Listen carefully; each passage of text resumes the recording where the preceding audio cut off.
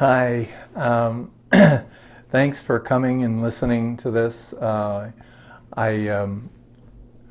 wanted to tell you about something that I've been dealing with the last couple of weeks. I finished a bathroom remodel early spring, like maybe late February. And probably a month ago, I got a call from the owner, and he was saying, "Ray, could you come and take a look at this? I have a small leak that I can see down in the basement from the bathroom." And lo and behold, there was a leak. Now, first, I want to say that I was totally blown away by that because I had never had that happen before. And because I take what I thought was great precautions so there would be no leaks ever, and I've never had that until this. Anyway, I found someone that would help me because I wanted to obviously fix this very quickly once we get into it. So I have found that, and lots of times, we need help with things if we want to move quickly and deliberately. So anyway, so I had this leak, and it made me begin to think about the correlation between that leak and the leak that many times some of us have with our savings accounts. In that, you see something that you want, there's so much advertising, right? We're constantly getting bombarded to buy things. And so it's difficult sometimes not to have that urge. And so I want to say that if you have a commercial savings account down at the local bank, which is great, great that you have that.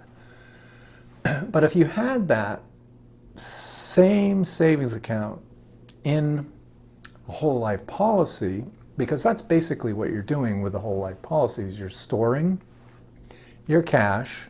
It's growing at a much greater rate than your local bank is giving you in terms of interest growth. And that growth is not taxable. And it's a little more difficult to get it than just electronically transferring money from, say, your savings to your checking, or just going down to the bank and getting the cash and going to buy whatever it was that you wanted. With a whole life policy, you have the chance to take a pause and think about whatever it is that you're thinking that you would like to buy. The reason you get to take a pause with it is because it isn't instantaneously that you have access, meaning that you have to do something for it. You have to either pick up the phone and call them and make a request, or you have to fill out a form. And you can scan it and email it to them, within minutes. But then it takes anywhere from 2 to 7 days to have that money actually show up in your checking account, if that's where you had directed it. And it gives you a chance to pause and think about whether you really need this. Like, are you just thinking about yourself? Or are you thinking about your family, your wife, your kids? What does that mean when you give up that cash and it's gone forever? Now, don't get me wrong. When there are things that we should be able to get when we want them, but at least you get to think about it, really think about it. Is this something necessary? Do I really need it? Is it going to benefit my life? Is it going to benefit my wife and my kids, or somebody besides myself? And you have to make that choice, but at least the policy gives you that chance to pause and think about it. So it's great to have a small checking savings or checking account locally, obviously, so that you can pay things on a regular basis. But what I'm talking about is, like Amazon is one click away, and I'm guilty of buying books all the time, you know, and I have I'm slowly trying to reel myself in because I love to read books, and lots of them, and I have a pile of them that I really don't need to have the pile because I haven't got the time to read them all. I will get to them someday. But I too have to take the time to think about, do I really need this? Why don't you just put it on your wish list?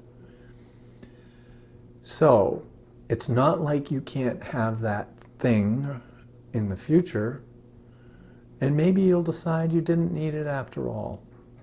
And your money inside of a life insurance policy will continue to grow.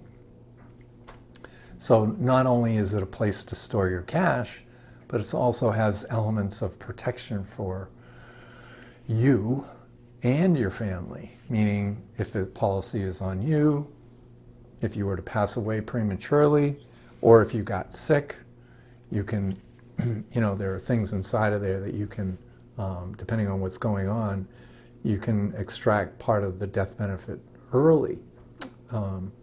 So the point of it is if you have a leaky savings account, you might want to look at helping yourself create the discipline to be more aware. And it's a great tool to do that. It certainly has helped my wife and I. So anyway, if you want to talk about it further, you can always reach me at raymond@blueskyfinancialflow.com. And different ways of contacting me will be in the description of the video, so you'll see it there. But anyway, thank you for your time, and please do watch the bonus video. It's always about some form of financial understanding. So anyway, thanks again for watching, and until next time, be well.